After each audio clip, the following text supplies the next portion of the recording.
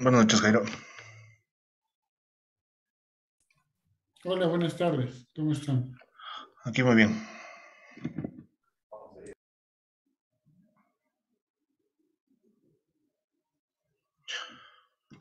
Bueno, vamos a dar inicio a la clase de sistemas financieros. Mi nombre es Paul Pérez, forma parte del ITESUD y el día de hoy vamos a hablar básicamente de todo lo que contiene esta unidad, que está conformada básicamente toda la materia está conformada básicamente por tres unidades. La primera es la parte de los sistemas financieros en su introducción, que está conformada por los conceptos básicos del sistema financiero, el enfoque constitucional y legal del sistema financiero, las instituciones que lo conforman, el sistema financiero no bancario, bancario y no bancario, así también como las funciones que tiene el Banco Central del Ecuador, la Corporación Financiera Nacional, el BIES y así como las funciones de los órganos de control y supervisión. Bueno, para comenzar, no debemos olvidar que las finanzas o el sistema financiero es parte de la economía ecuatoriana. Cuando estamos hablando de finanzas, básicamente estamos hablando de una parte, o mejor dicho, de una ramita de la economía. Pero esta parte de las finanzas en verdad es una parte muy, muy especializada de la economía ecuatoriana. ¿Sí? Entonces, cuando yo estoy hablando de finanzas, también debo tener conceptos básicos de economía en mi cabeza. Mejor dicho, comprender que yo también estoy hablando de alguna forma de economía. Y que las finanzas básicamente vuelvo a repetir, es una ramita súper especializada de esta parte de la economía y la cual, digamos, tiene los frutos como tales de la economía. ¿Qué tipo de frutos? Básicamente el valor que está generando toda la economía ecuatoriana expresado habitualmente en unidades monetarias o también está expresado no explícitamente, pero sí intrínsecamente todo el valor que tienen los negocios en sí mismos.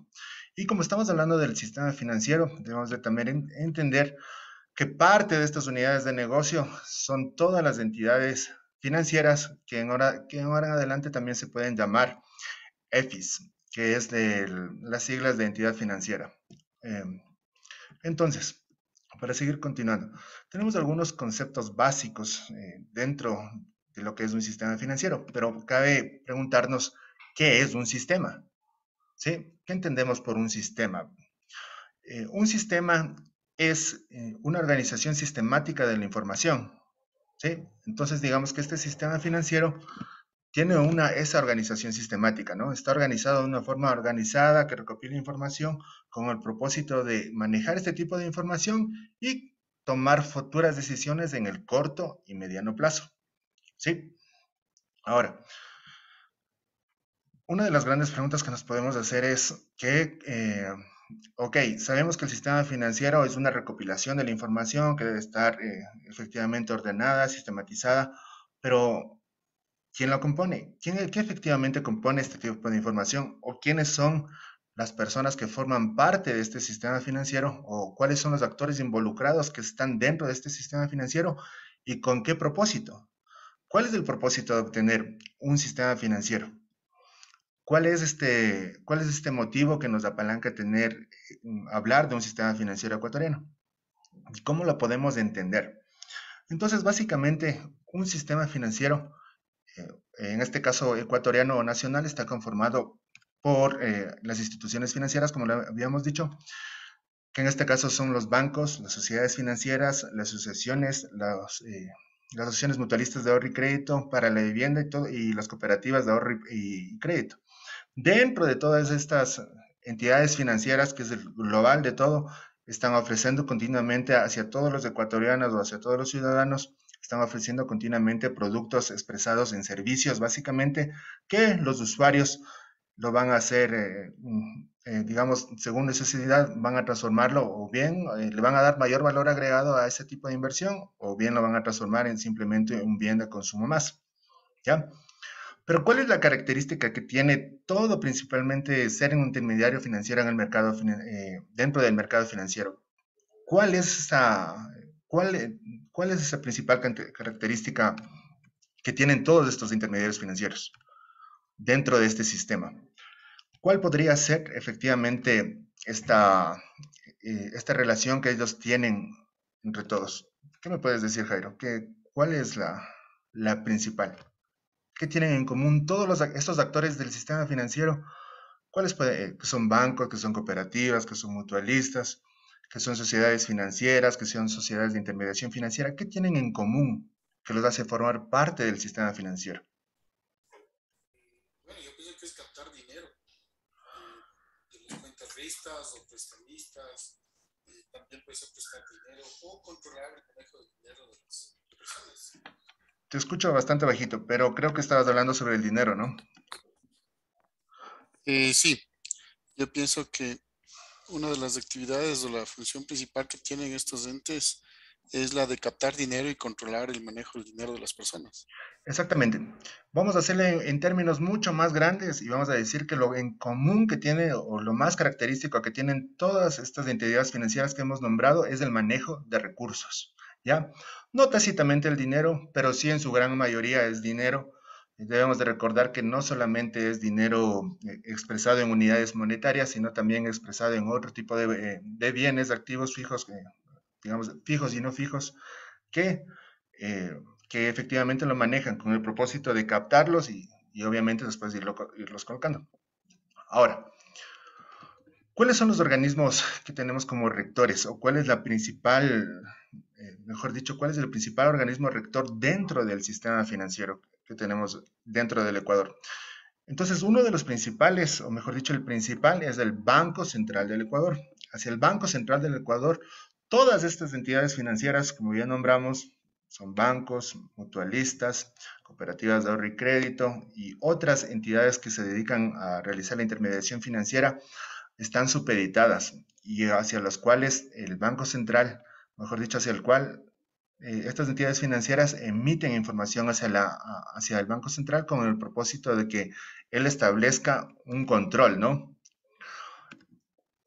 Ahora, la segunda, digamos, en un orden jerárquico de supremacía, está la Superintendencia de Bancos, que es la entidad autónoma encargada de controlar y también supervisar las funciones que tienen todas estas instituciones financieras o todas las entidades financieras, ¿no? Entonces, primero el Banco Central, segundo la Superintendencia de Bancos y finalmente tenemos la Junta de Política Monetaria Económica Financiera, ¿sí?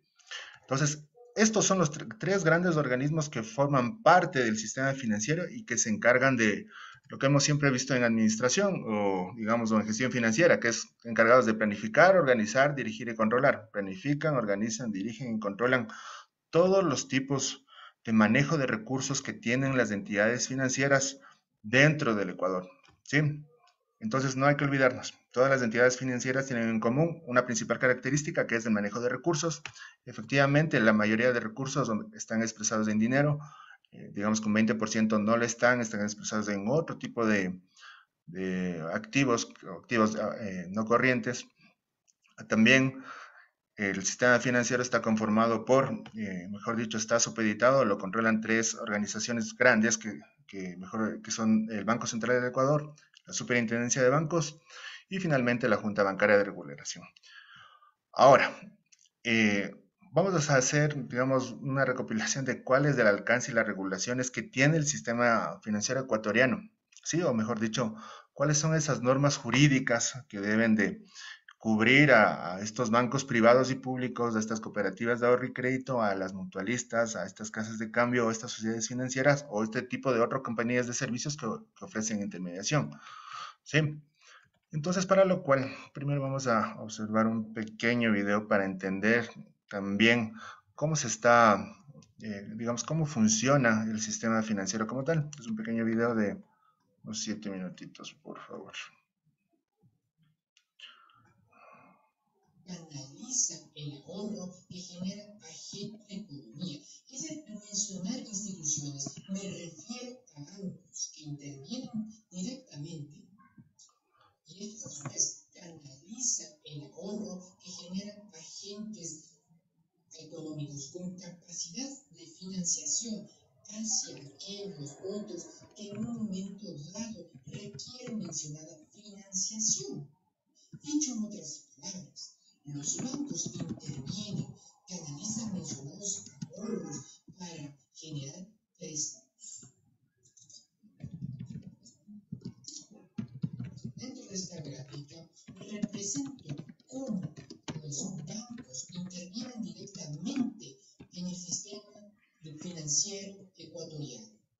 Las familias ecuatorianas depositan sus ahorros en entidades bancarias y estas entidades bancarias devuelven intereses por los ahorros, apoyando a la economía de los ecuatorianos. En el lado empresarial tenemos, los bancos generan préstamos para las empresas para mejorar su productividad y con mencionado préstamo inclusive se generan mayores plazas de trabajo. Las empresas pagan sus préstamos e intereses. No estamos viendo el video, profe. Préstamo del banco. Aquí podemos visualizar claramente cómo se cumple un Sí, ahí sí, profe. cómo el dinero se devuelve con intereses. Composición del sistema financiero ecuatoriano. Dentro del artículo 309 de la Constitución de la República del Ecuador, estipula lo siguiente: el sistema financiero nacional se compone de los sectores público, privado, del popular y solidario. Sistema financiero ecuatoriano. Sector público. Dentro del sector público están establecidos bancos públicos, como ejemplo Ban Ecuador. Dentro del sector privado tenemos bancos y sociedades financieras privadas, como el Banco Pichincha. Sector popular y solidario. Tenemos cooperativas de ahorro y crédito, cajas de ahorro y bancos comunales. Por ejemplo, Andalucía, cooperativa de ahorro y crédito. Principales entidades del sistema financiero ecuatoriano son las siguientes: banco, sociedad financiera, cooperativas de ahorro y crédito y por último las mutualistas. Dentro del banco, el criterio del banco es cuidar el dinero de las personas, de los clientes y utilizar parte del dinero para generar préstamos a una tasa de interés para aquellas personas que necesiten mencionado préstamo. Tenemos también sociedad financiera. La sociedad financiera interviene en el mercado de capitales y otorga créditos para financiar la producción, la construcción, la adquisición de bienes a mediano y a largo plazo. Aquí visualizamos la importancia del sistema financiero y el cómo intervienen los bancos. Esto interviene positivamente dentro de la productividad. Es muy necesario el sistema financiero ecuatoriano, cabe recalcar. Cooperativas de ahorro y crédito. Las cooperativas de ahorro y crédito están fundadas por la unión de un grupo de personas que tienen un fin en común, y es ayudarse unos a los otros para alcanzar sus necesidades financieras. Y las cooperativas de ahorro y crédito no están conformadas por clientes, sino por socios con una visión, con un solo fin, que es satisfacer sus necesidades. Mutualistas están conformadas por unión de personas que tienen como fin apoyarse unos a los otros en necesidades financieras. Generalmente estas mutualistas se dedican dentro del mercado inmobiliario. Entidades reguladoras del sistema financiero del Ecuador. Para generar más confianza dentro del sistema financiero ecuatoriano, existen entidades que regulan el sistema financiero ecuatoriano. Y cabe recalcar que cada entidad es autónoma. Es autónoma y genera sus normativas a cumplirse acorde a las entidades. Tenemos la Junta de Política y Regulación Monetaria y Financiera. Formulan políticas públicas y la regulación, supervisión monetaria, crediticia, cambiaria, financiera, de seguros y valores. Otra entidad regulatoria tenemos los organismos de supervisión y control de superintendencia de bancos, que regulan entidades bancarias, mutualistas, sociedades financieras. Tenemos otra entidad regulatoria, Superintendencia de Economía Popular y Solidaria, que regula cooperativas, mutualistas de ahorro y crédito y de vivienda. Por último, tenemos superintendencia de compañías, valores y seguros, que así se centra en la normalización de compañías de seguros. Importancia del sistema financiero. El sistema financiero dentro del país es muy fundamental, ya que capta los ahorros de los ecuatorianos y promueve el ahorro dentro del criterio familiar. También facilita intercambio de bienes y servicios, que es muy fundamental dentro de la economía ecuatoriana. Y por último, busca el crecimiento económico de la población, ya que cuida nuestros ahorros, promueve la productividad, genera préstamos e inclusive al generar préstamos dentro de las entidades, como lo mencioné con anterioridad, se genera mayor empleo. Muchas gracias por la atención prestada. Ha sido todo un placer. Espero que me hayan comprendido y si tienen inquietudes.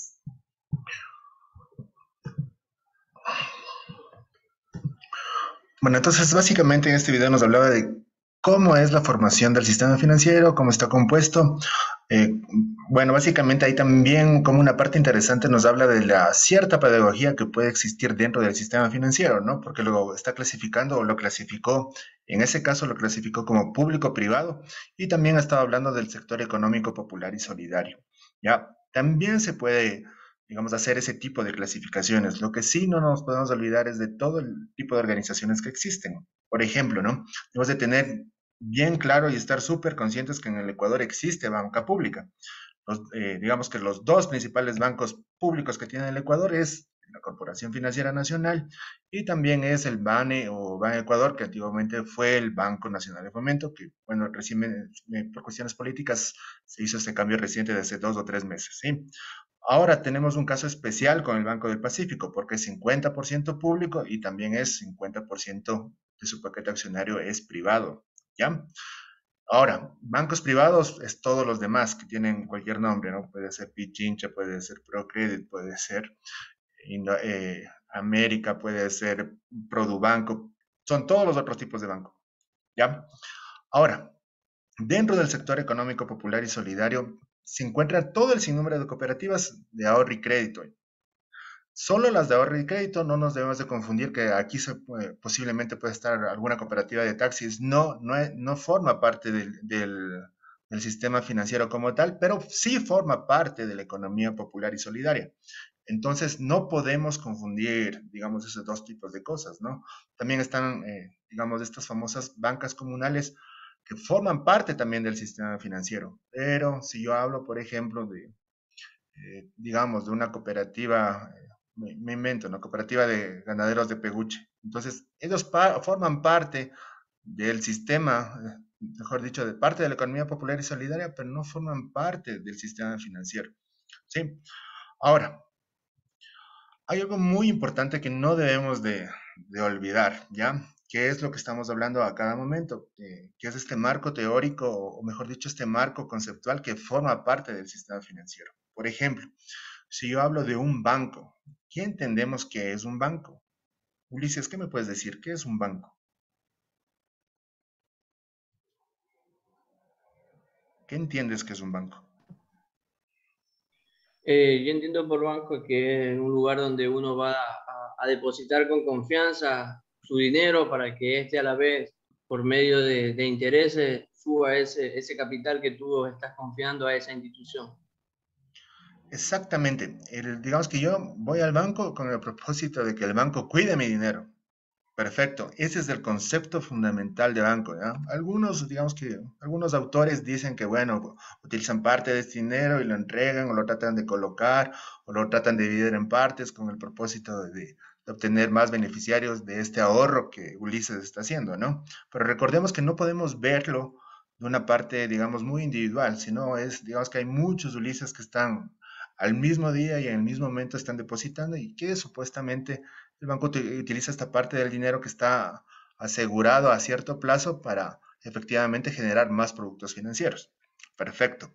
Ahora, ¿qué es una sociedad financiera? ¿Es lo mismo que un banco? ¿Qué tiene de diferente? ¿Han escuchado ese término sociedad financiera?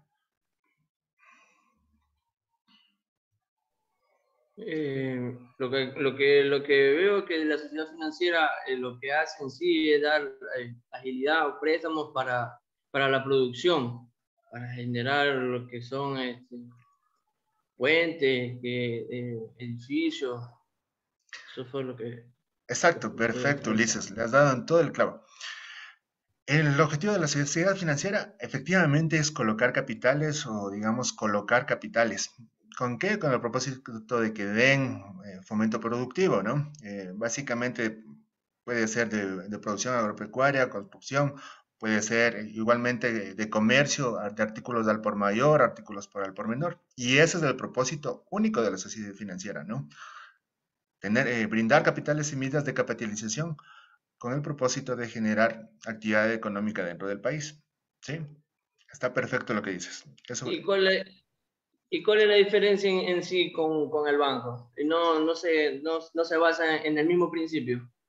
se basa en el mismo principio, pero digamos que la actividad principal, en su mayoría, pongámosle un 51%, es efectivamente brindar capital semilla, ¿no? Sí, mientras el banco puede, por ley, bueno, la ley les obliga a tener un 13% de sus reservas, ¿no? De todo su flujo de dinero, un 13% solo de reservas. Entonces, esa ley cambia para las sociedades financieras, ¿sí?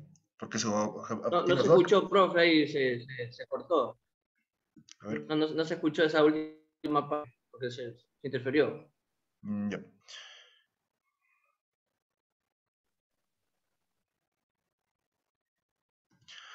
Entonces, el principal propósito, digamos, la diferencia, claro, parece aparentemente que es lo mismo, pero no. La sociedad financiera tiene, digamos, menos productos que ofrecer, porque su giro único, mejor dicho, su principal giro es dar capital semilla, brindar capital semilla, mientras el banco no. El banco ofrece préstamos hipotecarios, digamos, ofrece servicios de, me invento, ¿no? Servicios funerarios. Tiene otro distinto, digamos que tiene un portafolio más amplio de productos, ¿ya? Y también al ofrecer yo más cosas a las personas, yo abro mi portafolio y por lo tanto yo abro digamos, mi cartera, ¿no? Abro mi cartera productiva puede ser muchísimo más alta o puede ser lo contrario, no puede ser improductiva, porque tengo mucho dinero acumulado y estoy tratando de generar, mejor dicho, colocar, entregar a las personas digamos, por algún tipo de promoción, o trato de ofertar a las personas ese dinero que yo tengo guardado porque necesito que se utilice, ¿no? Para ganar de alguna forma por diferencias de tasas de interés ese dinero. Pero a mí no me importa, como banco, si es, por ejemplo, ¿no? El mayor producto de todos los bancos es una tarjeta de crédito. A mí no me interesaría que utilicen la tarjeta de crédito para comprar cosas o que sea de consumo, pero a la sociedad financiera no entregaría tarjetas de crédito porque pues su principal propósito es asegurarse de que ese capital se ha invertido en máquinas, se ha invertido en bienes, o, ¿sí me entiendes? Entonces tienen otro giro, porque la sociedad financiera debe de asegurarse de que el beneficiario, por ejemplo, el señor X,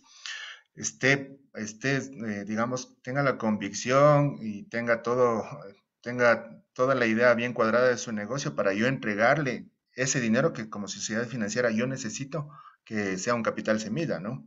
Con el propósito de que genere mayor valor agregado. Ya, Y en mientras el relación a banco no. y en relación a los intereses, ¿se maneja igual o diferente?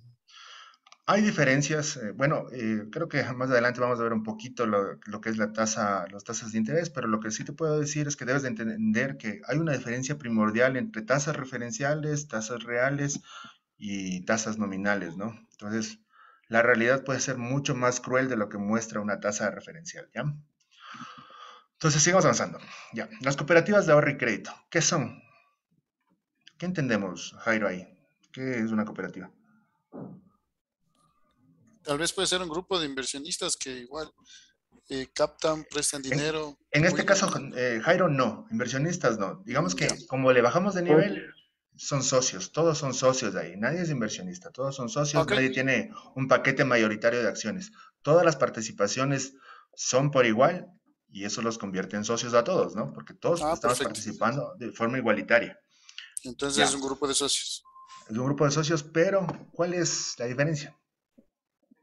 Que es más pequeño, tal vez en menor proporción, Exactamente. cantidades. Sí, básicamente esa es la diferencia entre un banco y una cooperativa de ahorro y crédito, que todos tenemos la misma participación de capital, digamos, accionario, y no hay un capital mayoritario, por ejemplo, A y B o A y J, ¿no? No es que A tenga el 51 y J tenga el 49. Tienen los dos, tienen por igual el 50%, ¿ya? Entonces, esa es básicamente la diferencia y también que maneja un menor flujo de dinero. Por ejemplo, yo para tener un banco mínimamente debo tener 10 millones de dólares, ¿ya? Por ley. Mínimamente un piso de 10 millones de dólares. ¿Ya? Entonces, para una cooperativa, ¿cuánto creen que puede ser según la ley? Tal vez el 10%, no sé, El 10% de. de lo que necesita un banco. Ya, sí, me has dado entonces el clavo. Para tú formar una cooperativa de ahorro y crédito, por supuesto, debe ser mínimo 1 millón de dólares, ¿no? Entonces, ahí está la gran diferencia, ¿no? Que es una de 10. ¿Ya? Perfecto. Disculpe, profe, ¿y cuál sería la diferencia entre una cooperativa y una caja de ahorros? Uf, la caja de ahorro, mira, dentro de la cooperativa existe acciones, ¿no es cierto? Entonces los Ajá. socios son dueños de todas las acciones. Mientras en las cajas de ahorro, primero lo que están requiriendo es hacer un fondeo la caja de ahorro, ¿sí? Y tiene ¿Ya? ciertas restricciones. Por ejemplo, si no somos, digamos, nosotros somos del ITASUD, entonces solo es para estudiantes del ITASUD esa caja, ¿ya? Desde ahí parte de una restricción, porque saben efectivamente el nivel de ingresos que tenemos los estudiantes del ITASUD, ¿ya? ¿Ya? Entonces la caja de ahorro tiene unas dos restricciones, que es por la procedencia de los, digamos, de los socios y segundo por la participación que ellos pueden aportar, que es obligatoria, ¿ya? Cosa que no se da en los socios. Los socios lo hacen una vez al año. Muestras en la caja de ahorro, yo puedo decir, ok, vamos entre A, B y C, contribuir $10 semanalmente durante este año. Y no puede ser retirado durante un año, pero es un acuerdo que nosotros llegamos, ¿sí? Entonces Y está ese esa acuerdo diferencia. tiene que estar de ley. Es De ley obligatorio, debe de dice, estar ¿no? en las actas de constitución que tiene la caja de ahorro y también en el objeto del contrato de la caja de ahorro, ¿sí? Entonces ahí Mm, está radicada la diferencia, que es una capitalización muchísimo más mínima, pero es un acuerdo entre nosotros, digamos, es un cruce de mano entre nosotros, ¿ya? Lo ideal es siempre que esté escrito en un documento para que se tenga bien claro las partes que están, o los actores involucrados que están participando, ¿ya? y tal Sigamos vez avanzando. tengo un límite en el crédito de que yo puedo darles a los que están dentro de la caja. ¿Hay algún límite? Exactamente. Sí, recuerden que las finanzas, digamos, es la expresión más matemática de la economía. Entonces, debe de haber un cálculo que me digan, ok, el señor U solo tiene límite para sacar al año, o yo le puedo conceder $500 porque es una caja de ahorro, no puede ser, no puede ser, me imagino que no es más de 1000, no puede darse ese caso, ¿ya? Porque si no, ella tiene Mm, muchísimo flujo de dinero, ¿ya? Para eso debe de haber efectivamente un estudio que básicamente es un estudio financiero actuarial, se llama. Entonces ahí se calculan los límites. Y bueno, y también, digamos, un economista o un financiero lo puede resolver, ¿no? Viendo el número de participantes y viendo el nivel de contribución y el tiempo que va a estar ese dinero, digamos, en ahorros. gracias, profe. Ajá, ya, sigamos avanzando. A ver, la mutualista. ¿Qué es una mutualista? ¿Qué entendemos por una mutualista?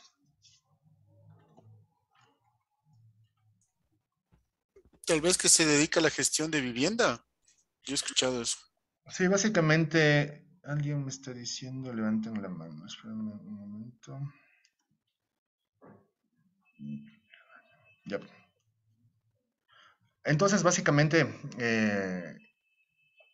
la mutualista solo se dedica a todo lo que tenga que ver con hipotecas, todo lo que tenga que ver efectivamente con construcción, ¿ya? Entonces, no nos olvidemos, esos son los conceptos necesarios que yo necesito para entender qué es un sistema financiero, qué es un banco, ya lo discutimos, qué es sociedad financiera, qué es una cooperativa de ahorro y crédito, también qué es una mutualista, que digamos que son las principales instituciones que tiene una institución.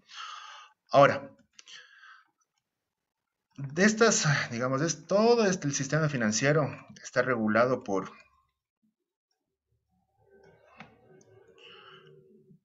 la Junta de Política y Regulación Monetaria. Entonces, en estas diapositivas nos habla sobre todo el enfoque que debe tener, el enfoque constitucional y legal que debe tener el sistema financiero. ¿Ya? Entonces, esta expresión o esta regulación legal está expresado en el Código Orgánico Monetario y Financiero, que fue emitido digamos que la última actualización fue en septiembre del 2014. Lo que sí debemos de estar súper conscientes es que este Código Monetario, Orgánico Monetario y Financiero actual es un resultado de todas las transgresiones que sufrió la ley y la Constitución en la época de los 90, que nos llevó al gran crack que tuvo el Ecuador, que obviamente tuvo como resultado la dolarización y que, bueno, en el 99 nos llevó obviamente a una debacle financiera expresada obviamente en esta inflación, que era el alza o el incremento de los precios y el nivel que las personas tenían para no poder adquirirlos, y también nos llevó a una hiperinflación. Entonces estos dos fenómenos nos llevaron a un fenómeno inflacionario que nos conllevó a la migración de 3 millones de personas. Hablan alguna estadística, entonces yo también me voy a quedar con eso, de que provocó este cambio social en una población que aproximadamente llegaba a los 12 millones. Es decir, que al menos un cuarto de la población del Ecuador tuvo como resultado de estas decisiones, o mejor dicho, de estas elusiones y evasiones a la ley, eh, lo provocó esta catástrofe, ¿no? Entonces, no debemos de recordar, mejor dicho, debemos de recordar que desde el año 1993-94, con la Ley de Transformación Económica Trole 1 y después con la Ley Trole 2 del año 1996, nos llevaron a este crack. Básicamente, ¿de qué hablan estas dos leyes? Que el Estado ecuatoriano que somos todos podemos, digamos, legalmente salvar un banco. Entonces, digamos, con estas reformas actuales se evita eso, ¿no? De que en un momento dado, por las malas operaciones que pueden realizar las entidades financieras, el Estado pueda recurrir a un salvataje bancario como se ocurrió en el 99. Entonces, básicamente, esta ley nos explican que eso no se va a poder volver a dar. ¿Ya? Entonces, ¿cuál es el objeto que tiene el Código Orgánico Monetario y Financiero? Que es efectivamente regular los sistemas monetarios y financieros que tienen los regímenes de valores y seguros del Ecuador. Entonces, la gran pregunta que me voy a hacer aquí es, ¿cuántos sistemas monetarios tenemos? ¿Cuántos existen? ¿Hay muchos sistemas monetarios o solo hay uno? ¿Alguien que me pueda contestar? Estaría muy bien.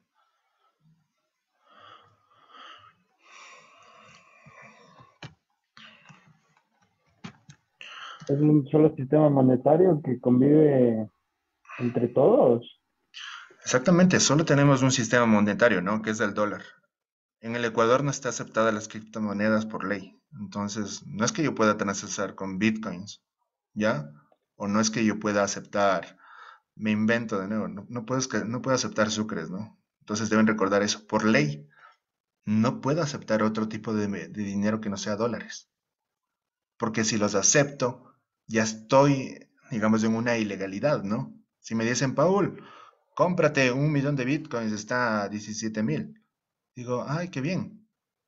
No, yo ya estoy transando con alguien, pero estoy fuera de este código orgánico monetario y financiero, ¿no? Entonces hay que tener un poco de cuidado. El único sistema monetario que tenemos es el dólar, no existe otro. Ya. Entonces, ¿cuál es el propósito del código orgánico monetario y financiero? Es obviamente que sea una ley que está llena de artículos, que obviamente tiene disposiciones generales reformatorias, con el propósito de que cuando existan, digamos, eventos adversos a la economía, se recurra a este código y obviamente se supla cualquier tipo de inconvenientes que se puedan suscitar. Por ejemplo, lo más clásico que siempre vamos a manejar es los cheques, ¿no? Entonces me dicen, ah, ya es que, bueno, yo le endosé un cheque de $501. Y la pregunta es, ¿puedo hacer eso? ¿Se puede endosar un cheque de $501 o no? Ya, exactamente, no se puede, porque el código me dice que solo puede ser hasta los $400, ¿no es cierto? Y si yo lo hago, ya estoy cometiendo una violación a este código y obviamente no me va a proteger ante cualquier eventualidad que suceda con ese cheque, ¿no es cierto? Entonces, son todos estos tipos de situaciones que se pueden dar en la vida diaria. Digamos que aquí está más detallado, digamos, este tipo de eventualidades. Ahora, con el tiempo, el Código Orgánico Monetario también habla de las instituciones. Bueno, hoy día estamos hablando de la Superintendencia de Bancos, antes era la Superintendencia de Bancos y Valores, después era la Superintendencia de Bancos, Valores y Seguros. Entonces, también se encarga, aunque sea un dato un poco trivial, se encarga de supeditar de que todas las entidades o organismos de control se encuentren bien dominados y también que también su interacción se esté de acorde a lo que se espera dentro del sistema financiero. Ahora, existen algunas reformas establecidas en el Código Orgánico Monetario y Financiero. Dentro de las unas es que la Junta Bancaria, que era el organismo encargado de formular la política de control y supervisión del sistema financiero. Ahora, también existe otra, que es la Junta de Regulación del Sector Financiero Popular, encargada de la regulación de este sector. Sí, o sea que no están operando en la actualidad, ya no operan. Además, cambia la función del Banco Central, que es derogada en la ley, y la establece como un organismo encargado de la ejecución del régimen monetario, ¿ya? Entonces, esto es uno de los principales cambios que se da dentro de la ley, ¿ya? La misma Junta Bancaria, que antes era, digamos, juez y parte, ahora solo es parte. No puede ser juez, porque no puede emitir su propia política para controlarse a ellos mismos. Esa fue la falla de, digamos, de las leyes anteriores, que era básicamente la ley de Strolle, que efectivamente la bancocracia las formuló de esa forma para sus protervos intereses, ¿no? Entonces aquí vemos que la Junta Bancaria ya no puede hacer eso. Ahora, existen otras derogatorias dentro de este código, que es básicamente la ley sobre el Banco Ecuatoriano de la Vivienda y las acciones de mutualistas de ahorro y crédito para la vivienda, donde básicamente se desaparece también el Banco de la Vivienda, ya no existe ese banco. También desaparece la Ley General de Instituciones Financieras, desaparece, por decirlo de otra forma que no sea derogatoria, la Ley Orgánica de Régimen Monetario y el Banco del Estado, porque desaparece el Banco del Estado y también hay otra ley sustitutiva, la Ley de Instituto Ecuatoriano de Crédito Educativo y Becas, porque eso se transfiere hacia lo que fue el IESE y ahora el IESE ya también desapareció y eso se transfirió todo lo que sea becas a, digamos, a los bancos. Bueno, antes era el Banco del Pacífico, ahora me parece que no está otorgando este tipo de productos. Ahora también otro derogamiento a la Corporación Financiera Nacional para que se dedique a actividades solamente de producción y generadoras de valor. Y la Ley Orgánica de Banco Nacional de Fomento, que básicamente es lo que hablamos de este cambio de nombre y su transformación y que posiblemente pueda ampliar su cartera hacia otro tipo de servicios que dentro de los cuales puede ser el crédito, pero digamos este crédito de consumo. Ahora, aparte de todas las derogatorias que se están dando dentro de la ley, debemos de recordar que, que todo esto es un resultado histórico lógico de cómo han ido funcionando todas las instituciones dentro del sistema financiero, pero también cómo se han ido operando mal. Por ejemplo, dentro del Banco Nacional de Fomento había la ley 555, ¿no? Que era entregar $5,000 a 5 años plazo al 5% de interés. Entonces, tanta fue la demanda de este producto que efectivamente se colocó todo, pero en cambio no tuvo el retorno adecuado. Entonces, estas derogatorias se dan por este tipo de situaciones, que bien, se escucha bien ante la opinión pública, pero digamos que técnicamente son insostenibles en un largo plazo.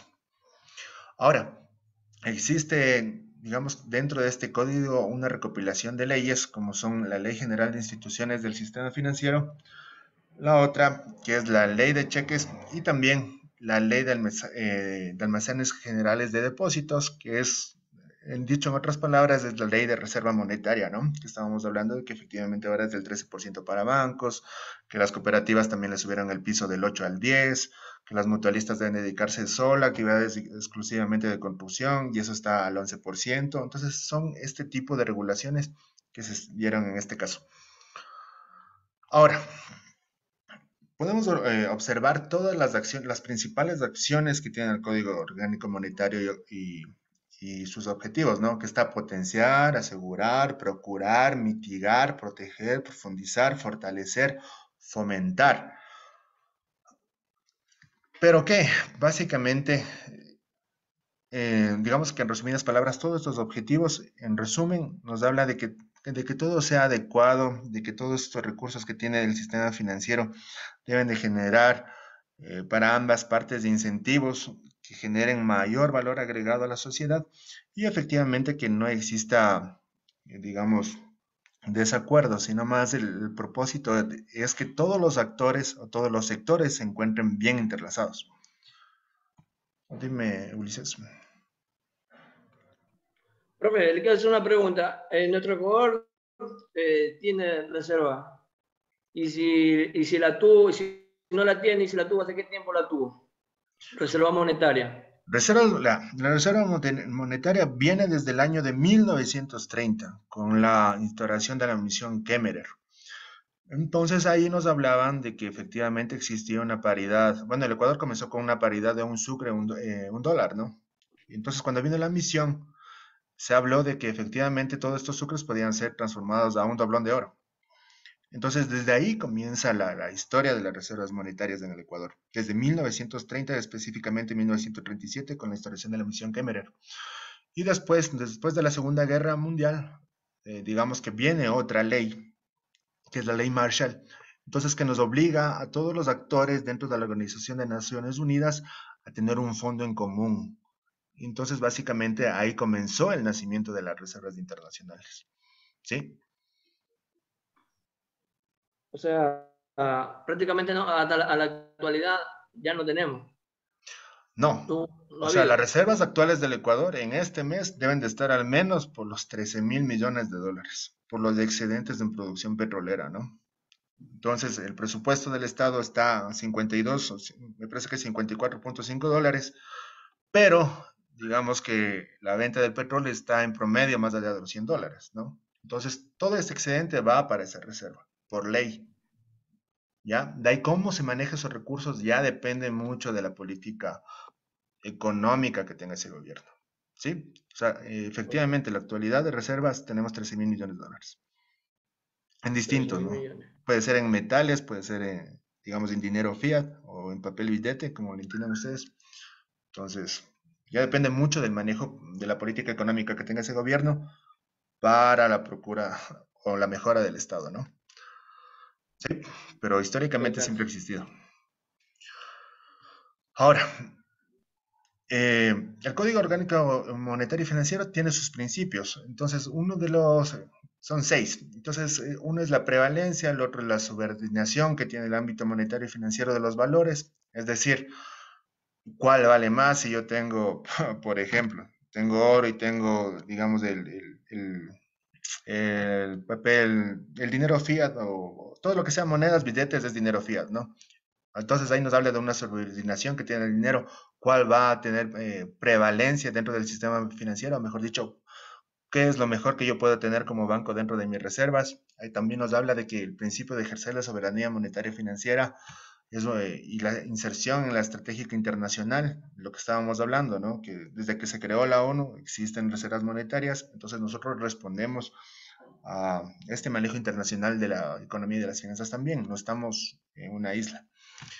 También habla de la inclusión y la equidad que deben tener todo tipo de sistema financiero, porque ese es el propósito último que debería ser mejorar la calidad de vida de los seres humanos y también que esta mejora de calidad debe de ser en base a la confianza y que no nos suceda lo que sucedió en el año 90 y también que se protejan los derechos de los ciudadanos, que básicamente proteger los derechos de los derechos ciudadanos es no exponer mi información, ¿ya? Yo no puedo estar en una base de datos con mi nombre, mi cédula, mi tipo de sangre, mis datos del SRI o mi código dactilar dentro de una base de datos. Entonces se debe de procurar eso, ¿no? Ese es mi principal derecho que yo tengo al estar dentro de un sistema financiero, que es tener el sigilo de mi información. Y peor aún, esté identificando cuántos ingresos tengo en relación a mi cédula. No se puede, no puede haber una comunicación de esas, ¿ya?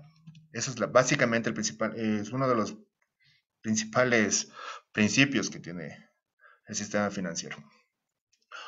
Ahora, Deben de recordar que como es un código y hablamos de su marco conceptual, ya estamos hablando de su misión, de sus objetivos, hablamos de sus objetivos, de su misión, visión, estamos hablando de esta matriz axiológica que tiene el código monetario.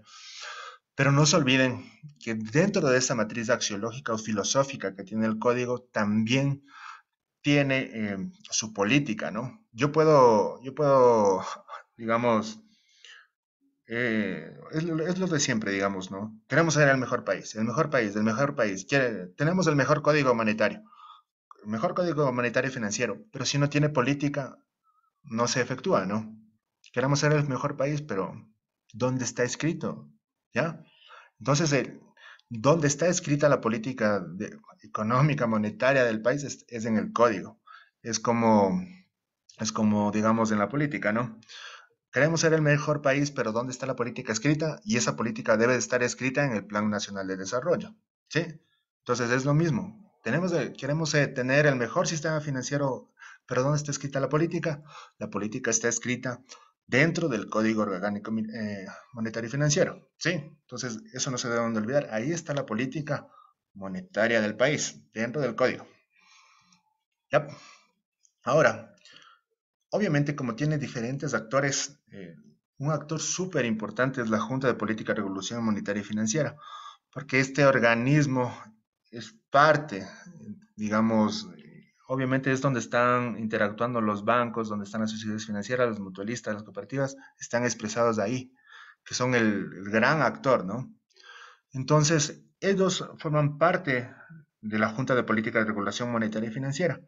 Pero dentro de esta junta también existe un representante de la función ejecutiva y también, digamos que existe otro representante por parte de otro tipo de organizaciones, ¿ya? Entonces no se deben de olvidar de este punto, de cómo se encuentra conformada la junta. Lo que sí, más allá de grabarnos si son superintendentes, gerentes, presidentes del directorio y todo, debemos de tener claro que todos los actores del sistema financiero deben de tener un representante dentro de la Junta Monetaria. ¿Sí? O sea, todos tienen un representante. Todos, absolutamente todos. Desde los seguros, reaseguros, las compañías de valores, desde la economía popular y solidaria, los bancos privados, todos tienen un representante dentro de la Junta Monetaria. ¿Ya? Suena bien, pero digamos que son unos los que tienen los votos y otros no los tienen, ¿sí? Entonces, básicamente es eso la conformación de la Junta. Veamos si nos da un poco de tiempo para avanzar el siguiente punto, ¿ya? A ver, entonces vamos con el siguiente punto. Estos últimos 10 minutos que nos está faltando.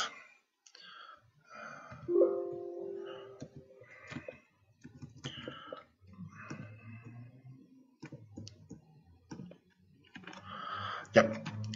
Ahora vamos a hablar explícitamente de esta conformación que tienen las instituciones del sistema financiero.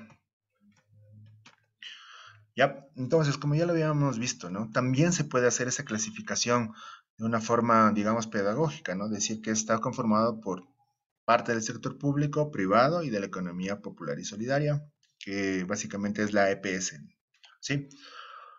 Ahora, ¿por qué podemos hacer también esta afirmación? Porque estamos apoyados bajo el marco legal de la Constitución del Ecuador del 2008. ¿Sí? En el artículo 309 nos asegura que debe de estar el sistema financiero nacional conformado por esos tres estamentos, público, privado, el popular y el solidario. Además, lo que estábamos hablando que tienen de característica en común, que tienen característica en común que es que todos manejan recursos, ¿no? De ahí el tipo de recurso, digamos que no nos interesa mucho especificar, pero sí estar muy claros que todos manejan recursos, ¿ya? Ahora, también debemos de saber que cada uno de estos sectores cuenta con normas específicas y que los diferencian de uno del otro, de lo que estamos hablando, ¿no? ¿Cuál es la diferencia entre una caja de ahorro y una caja comunal? ¿Cuál es la diferencia entre una mutualista y el banco? ¿Cuál es? Sí, todas esas diferencias también se encuentran, digamos, aclaradas por parte de cada entidad. Y también cada uno, digamos, maneja su autonomía y su responsabilidad propia de administración. ¿Ya? Ahora, Dentro del sector financiero público podemos hablar de dos cosas, que se encuentra conformado por el banco y las corporaciones. ¿Cuál banco? ¿Cuál banco es el banco público, Jairo? Ban Ecuador. El Banco Ecuador, ¿ya? ¿Hay otro más, Ulises? ¿O no? Banco Central del Ecuador. Perfecto, el principal, ¿no? El Banco Central del Ecuador. Profe, Ya. yo tengo una pregunta. Es que escucho que usted nombra, por decir, bancos, mutualistas, sistema financiero, pero no escucho que nombra al banco del BIE. Ese no está dentro del sistema financiero, no forma Sí, parte del sistema perfecto. financiero. Forma parte del sistema financiero. Sí, perfecto. Sí, está súper bien. El BIES es una parte importante dentro del sistema financiero. Sí, Sí, porque estaba escuchando que nombraba uno otro y no se tomaba en cuenta el banco del BIE y me sí, y enteró de hecho esa es uno duda. de los más grandes del Ecuador, si hablamos de banca pública, sí.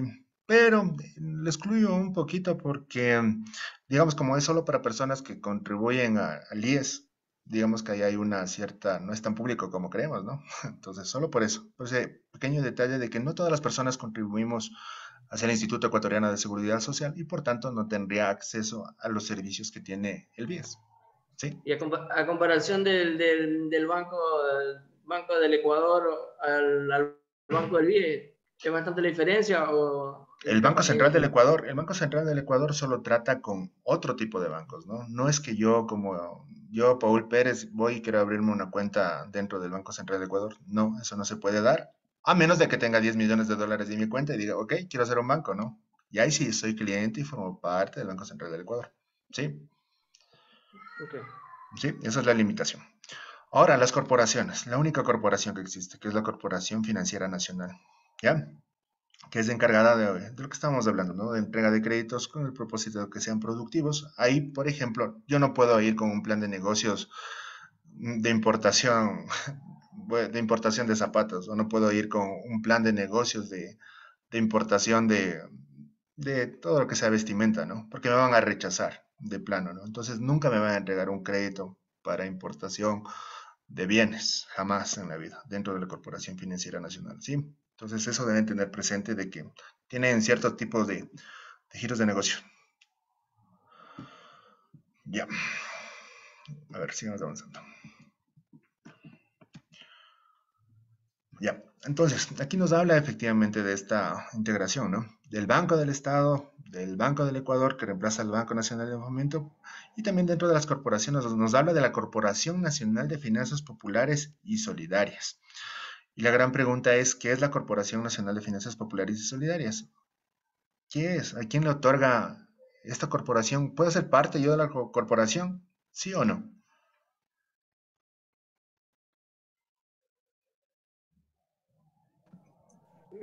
Pienso que sí, porque habla sobre la popularidad, o sea, sobre el sector popular y sobre la solidaria.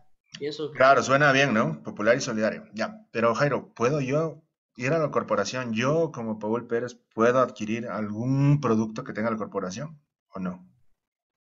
Creería que no, tal vez está direccionada a alguna microempresa o algo así. Exactamente. La limitación es para las asociaciones, gremios, cooperativas, grupos asociativos que se encuentran legalmente conformados, ¿no? Y ellos, una vez que llenan este listado de papeles o este checklist que entrega la corporación financiera, la corporación, la CONAFIPS, pueden aplicar a los servicios que tiene la corporación, ¿sí? Entonces, ahí está, digamos, un poco, digamos, la dificultad, ¿no? No es que yo como una persona natural pueda hacerlo, pero sí lo puedo hacer como una asociación sin ningún problema. Sí. Ahora, a ver si usando que les- bien. ¿Cuál es el principal propósito del sector financiero público? Es que esta prestación sea sustentable, eficiente, accesible, equitativa de los sistemas financieros. ¿Qué quiere decir sustentable? Que debe de durar a través del tiempo. ¿Qué quiere decir eficiente?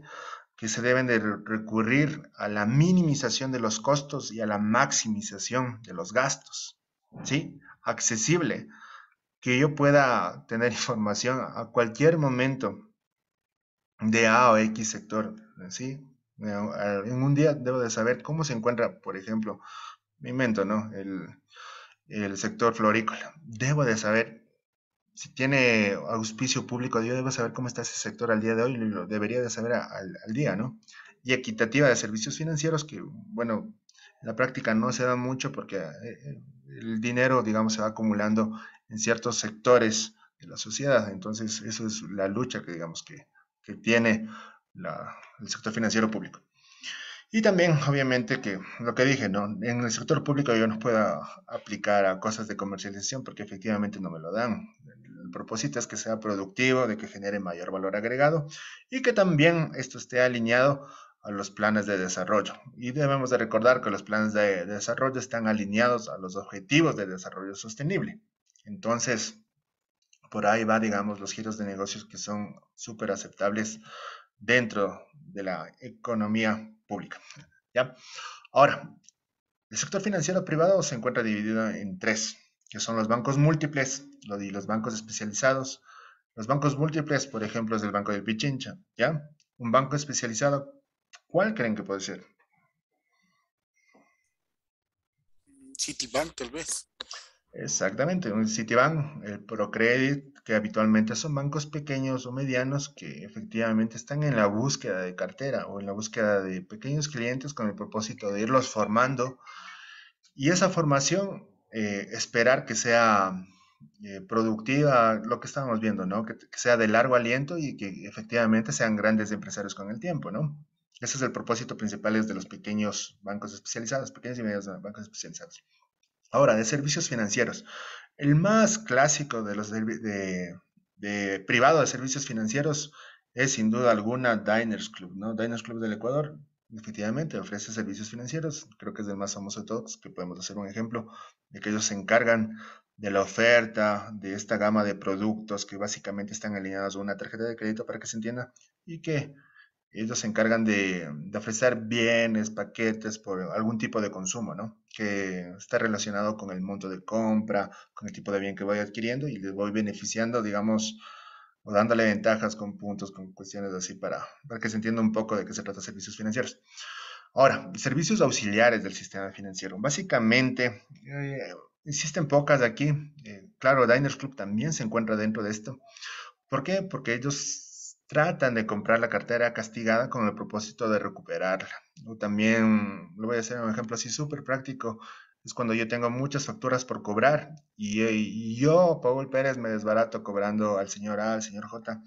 Voy cobrando, trato de cobrar, pero no me pagan, y no me pagan, y no me pagan. Entonces yo prefiero vender mis facturas a estos entidades de servicios auxiliares del sistema financiero y ellos efectivamente se encargan de su compra, ¿no? Y también obviamente efectivamente de castigar en el reto de que sea, de que se dé la liquidación por esta compra de facturas, ¿no? Que es lo más habitual que se da dentro de los servicios auxiliares del sistema financiero. ¿Sí? Ahora, el sistema financiero privado, como lo estábamos viendo, está formado por los bancos múltiples especializados. Un banco múltiple es la entidad financiera, contiene operaciones autorizadas por dos más segmentos. Banco del Pichincha es un gran ejemplo. Bancos especializados, lo que estábamos hablando, maneja pequeñas operaciones y su propósito básicamente es manejar umbrales de largo aliento, digamos, para formar efectivamente capitales, ¿no? Que les sean venideros a futuro. Ahora, servicios financieros, aquí tenemos otros ejemplos, como están los almacenes generales de depósito, las casas de cambio, que, bueno, en el Ecuador no existen muchas, y las corporaciones de desarrollo de mercado secundario de hipotecas, que es básicamente es cuando se liquidan las hipotecas. Además, la de servicios auxiliares también se encuentra los software financieros, los transaccionales. Al hablar de software bancario o transaccionales, también digamos que ahí estamos hablando de Banred, de transporte, estamos hablando, por ejemplo, de Tepcol, de cobranzas. Hay un sinnúmero de cobradores dentro de la red. Y también, digamos, todos deben de estar calificados. Eso es muy importante, que esté calificado por la superintendencia de bancos dentro de sus competencias. Sí, entonces eso es básicamente lo que está conformado el sistema financiero público y privado. Ahora y finalmente, y no menos importante, y creo que este le vamos a dejar para la próxima clase que es mañana. Vamos a hablar sobre el sistema financiero popular y solidario. Y si tienen alguna pregunta, así como me estaban preguntando de cuál es la diferencia entre caja entre banco comunal, lo podemos hacer mañana con todo lo que vayamos entendiendo y lo que nos van asimilando muy bien, me van preguntando y le vamos desglosando cuál puede ser una respuesta adecuada, ¿ya? A ver, me está preguntando Andrés. Disculpe, Andrés profe. López. Sí, profe, buenas tardes.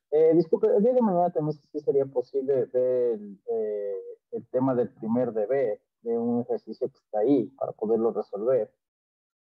Claro, déjame ver qué deber está planteado, porque debo de enviar un deber y debe de estar, digamos, cargado mi deber para avanzar en la materia. Sí, ya lo voy a revisar y ya te comento. Muchísimas ¿Ya? ¿Alguien más? ¿Alguna pregunta más?